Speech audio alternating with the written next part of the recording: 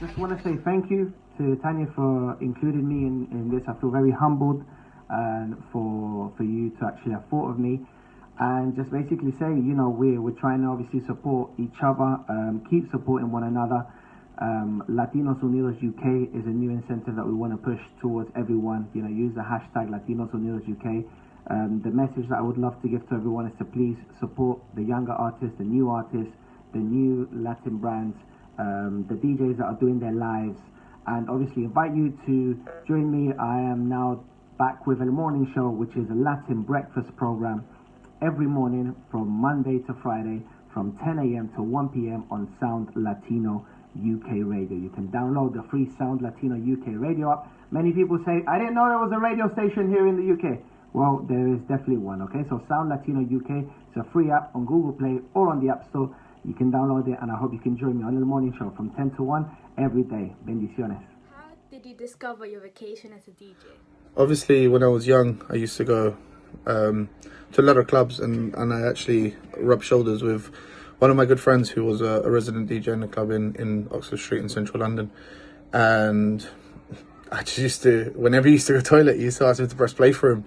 And then it just grew from there. And obviously, from hanging around with him for such a long time, I kind of realised it was something I wanted to do, and the passion just kind of grew in me, I guess. Music-wise, obviously, being Latino, being Colombian, I had a lot of influence from all the stuff my father and my brother used to listen to in the house. So, well, I grew up in a household with music, always full of music. Siempre había música. It was always a beautiful thing to obviously listen to the cumbias, the merengues, the salsa, rancheras, which was what our parents used to listen to when we were kids.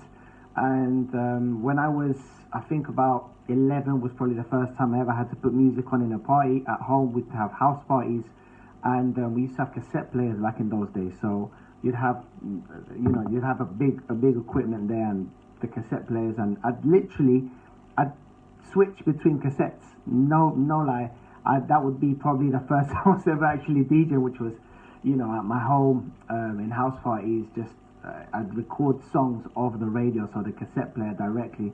I'd pull off the music from the radio and then make up cassettes so that I knew I'd be able to play randomly. And you used to have the cassettes, you used to write at the back, write the names down of each track and the artist, and then I'd know whereabouts they were, and then having to rewind them or forward them. It was a mess, all right? You guys probably won't even remember that, but that was how I became involved in music, and DJing was that I loved sharing music with people. So that was obviously as a young one, that's what got me there. What were your first steps as a DJ? Hang around with a DJ called DJ Dontwant, who was quite big in the Latin urban scene. I think we're talking 2006.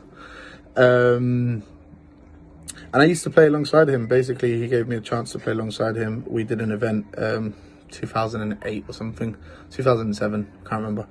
We did, 2006, 2007. We did an event together, and I said, well, I'd been practicing alongside him for a long time. So at that point, I said, I want to play. And that was my first step as a DJ in the Latin scene anyways. Obviously, reggaeton wasn't around as hard hitting in that time. We're talking about 15 years ago. We had salsa was our big thing. So we really loved being able to identify ourselves with salsa. Salsa was like the universal language for Latinos.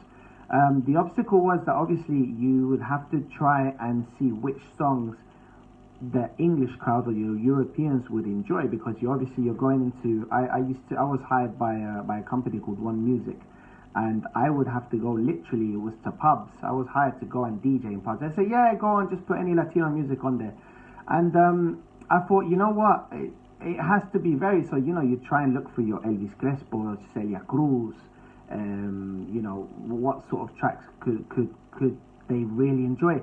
So it was all this tropical stuff that you would try and engulf the crowd into. So the obstacle was trying to find the right music for that crowd that was there. That's always, even till now, it's probably one of those things that you have to use, but it was trying to break down certain barriers, because Latin music was obviously still building, especially here in the UK.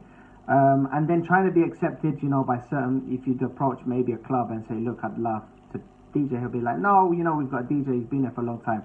You're a younger guy, it'd be a bit more difficult for you to come in. So if you didn't have a name or you didn't have a brand behind you, then it was a lot more difficult trying to get gigs.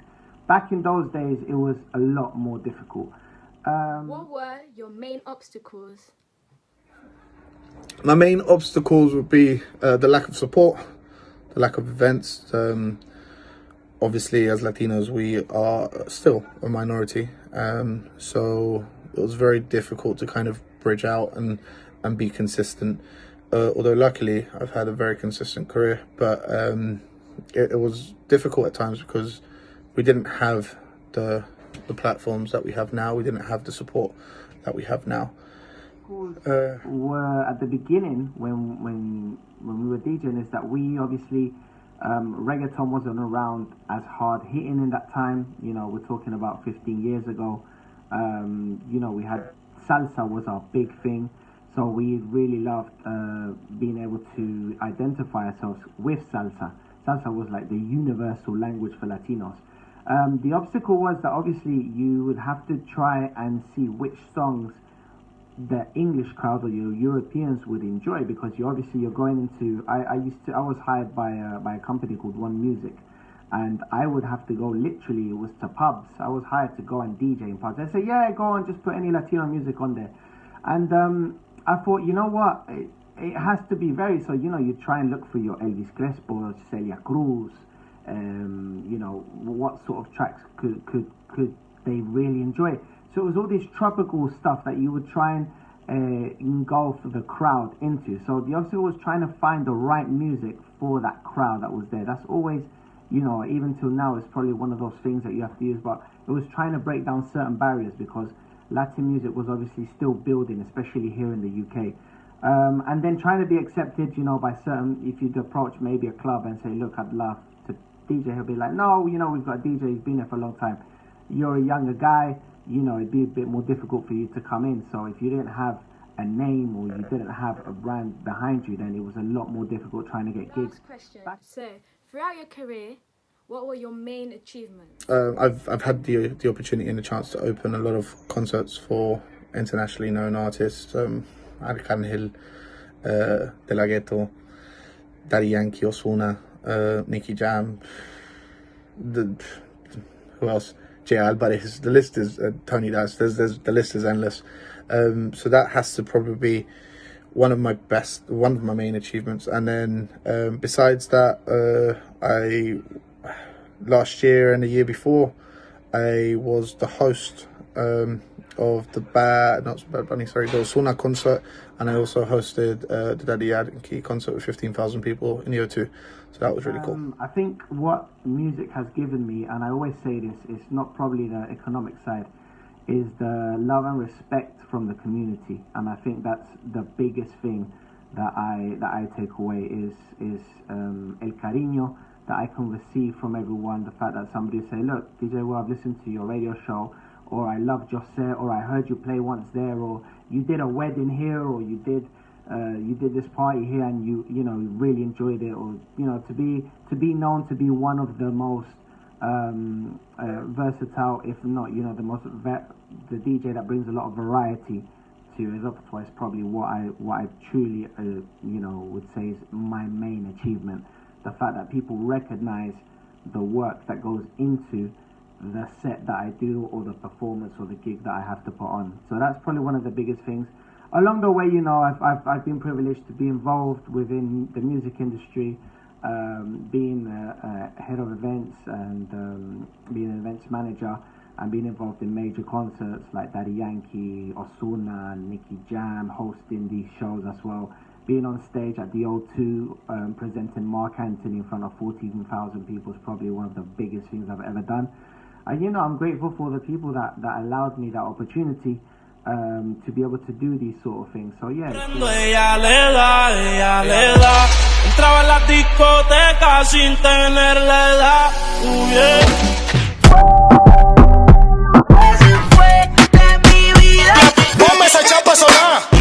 Why did you put a video of a club? Why did Okay, so I put a video of a club because I'm going to invite you to come and join us in Eclipse Matinee. I'm going to leave the Instagram there. So it's a great club. I recommend it 100%. So it's based in South London. So if you're under 18 and you want to be partying after this quarantine, make sure you follow it. They do parties all the time and it's great parties. So I recommend it 100%.